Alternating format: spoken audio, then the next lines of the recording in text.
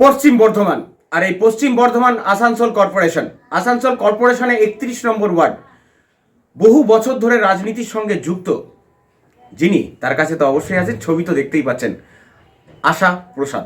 আমরা যাব সরাসরি ওনার কাছে।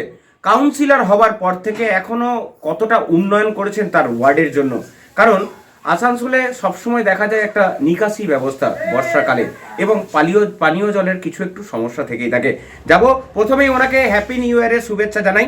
হ্যাপি নিউ ইয়ারের শুভেচ্ছা দিদি আপনাকে। নিউ ইয়ার আপনাকে এবং সমস্ত আমার 31 নম্বর ওয়ার্ডে সবাইকে।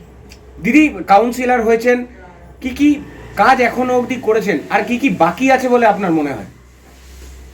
আমাদের যখন থেকে আমি কাউন্সিলর হয়েছি মোটামুটি অনেকই কাজ হয়েছে, যেমনি রাস্তা, হাইমাস লাইট, তারপরে জলের ব্যবস্থা, অনেক কিছু কাজ হয়েছে, অনেক কিছু কাজ এগিয়ে গেছে। কিছু কাজ যেটা ড্রপ রয়েছে ওটা আমাদের এই জানুয়ারি মাস থেকে লাস্ট দিকে স্টার্ট হবে।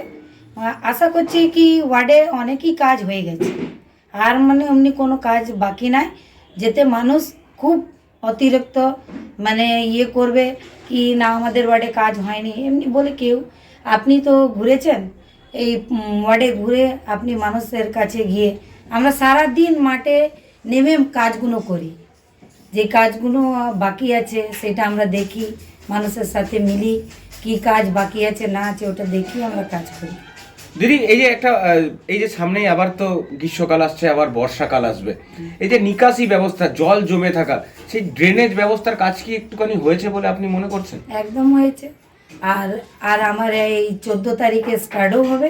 অনেক কিছু ড্রেন আছে, হাই ড্রেনও আছে, তারপরে যত হাই ড্রেন আছে সব রিপেয়ারিং হবে, আর ড্রেনও রিপেয়ারিং হবে। বেশ, সামনেই 2026, মমতা বন্দ্যোপাধ্যায় আপনাদের দলের নেত্রী বলেছেন ওয়ার্ডে ওয়ার্ডে যারা কাউন্সিলর, বাড়িতে বাড়িতে যেতে হবে, যাদের সমস্যা আছে সমস্যার সমাধানের মাধ্যমে তাদের উপকৃত করতে হবে। 2026-এর ভোট কতটা এগিয়ে আপনার ওয়ার্ড? একদম দিদিকেই সবাই চায়।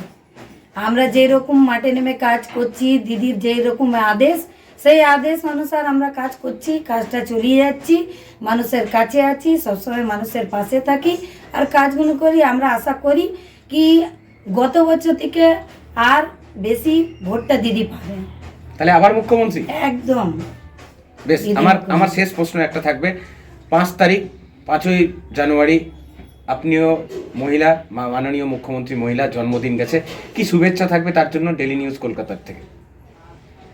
দিদি সুস্থ থাকুন, ভালো থাকুন, দিদির জন্য আমরা সব দিন প্রার্থনা করি, কেন কি আমাদের এমনি মুখ্যমন্ত্রী পাবেন না কোথাও।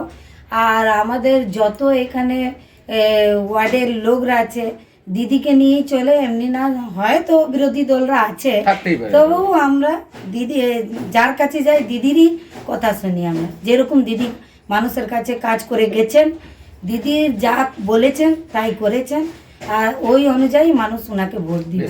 অসংখ্য ধন্যবাদ।